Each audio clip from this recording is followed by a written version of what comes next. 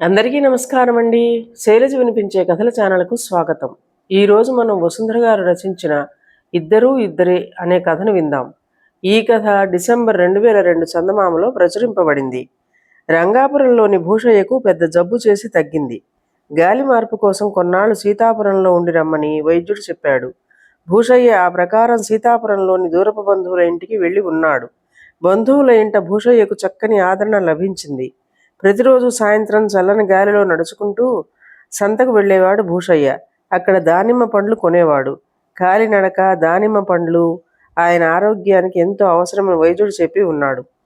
భూషయ్యకు ఏ రోజు చక్కని దానిమ్మ పళ్ళు దొరికేవి కాదు. కొన్నింటికి డాగులుండేవి. కొన్ని ఇంటికి వెళ్ళాక ఒలిచి చూస్తే సగం పైన గింజలు కుళ్ళి ఉండేవి. అప్పటికీ భూషయ్య పళ్ళను ఎంతో కష్టపడి ఏరుకునేవాడు. ఒకరోజు కొన్నవాడి వద్దనే మళ్ళీ కొనేవాడు కాదు.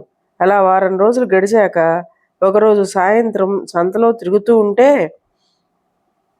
ఊరికి కొత్తవాడిని, పళ్ళ నాణ్యతకు మాత్రం కాదు, నా దగ్గర ఒకసారి పళ్ళు కొంటే ఇంకెప్పుడు నా దగ్గరే కొంటారు అంటూ అరుస్తున్న ఒక యువకుడి వద్దకు వెళ్ళాడు భూషయ్య.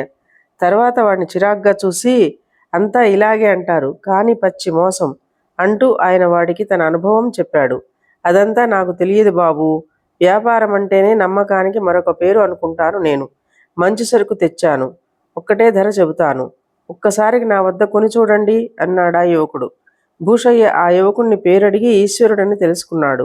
చూడ్డానికి వాడి దగ్గర దానిమ్మ పళ్ళు బాగున్నా బేరం ఒప్పలేదు. అలాగే పళ్ళల్లో నుంచి ఏమీ ఏరుకోనివ్వలేదు. సరుకంతా మంచిదే బాబు, ఈ ఒక్క రోజుకు నన్ను నమ్మండి, రేపటి నుంచి ఎలాగూ మీరు నన్నే నమ్ముతారు అన్నాడు ఈశ్వరుడు. భూషయ్య వాడి మాటలకు ఆకర్షితుడయ్యాడు. అదీగాక ఇంతవరకు నమ్మకమైన పళ్ళ దుకాణం వాడు దొరకలేదు కూడా. నిజంగానే ఈశ్వరుడిచ్చిన పళ్ళు బాగున్నాయి. ఇంట్లో బంధువులు కూడా ఆయనిచ్చిన పళ్ళు తిని అంత రుచికరమైన దానిమ్మ పళ్ళను తాము ఆ ఊరు దుకాణాల్లో ఎరగమని చెప్పారు.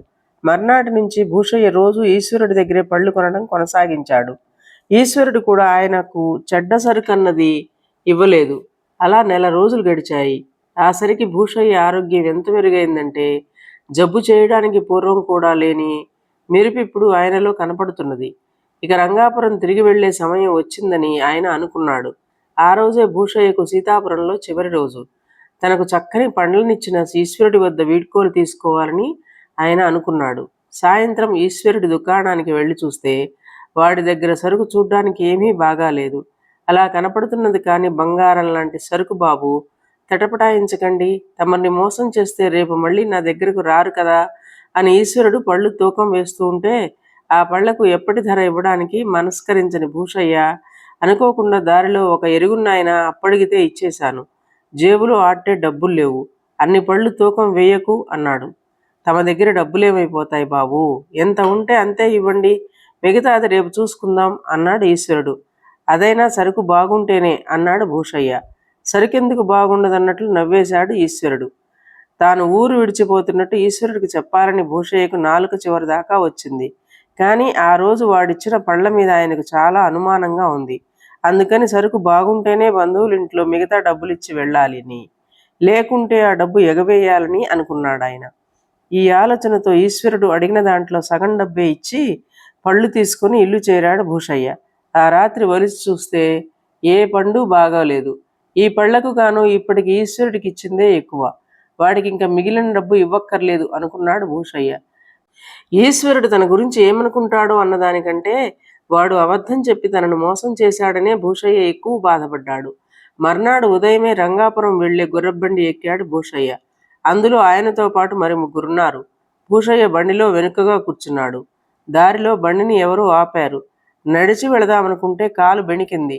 రంగాపురం యువతల గౌరీపురంలో దిగిపోతాను, అంతగా డబ్బిచ్చుకోలేను, నన్ను కాస్త నీ ముందుగా నీ పక్కనే కూర్చొనిస్తావా అని వచ్చినవాడు బండివాడిని అడుగుతున్నాడు.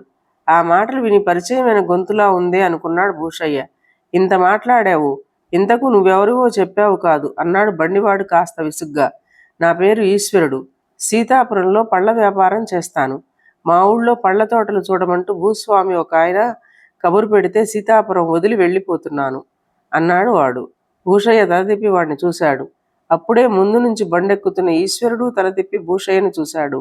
ఇద్దరూ క్షణం మాత్రమే ఒకరినొకరు అలా చూసుకున్నారు. దానిమ్మ పళ్ళు బాగా లేవని భూషయ్య అనలేదు. బాకీ డబ్బులిమ్మని ఈశ్వరుడు అనలేదు. ఇద్దరూ ఇద్దరే కదా మరి. ఇదండి కథ. ఈ కథ మీకు నచ్చినట్లయితే లైక్ చేయండి, షేర్ చేయండి, కామెంట్ చేయండి, సబ్స్క్రైబ్ చేసుకొని నన్ను ఎంకరేజ్ చేయండి. నమస్కారం అండి.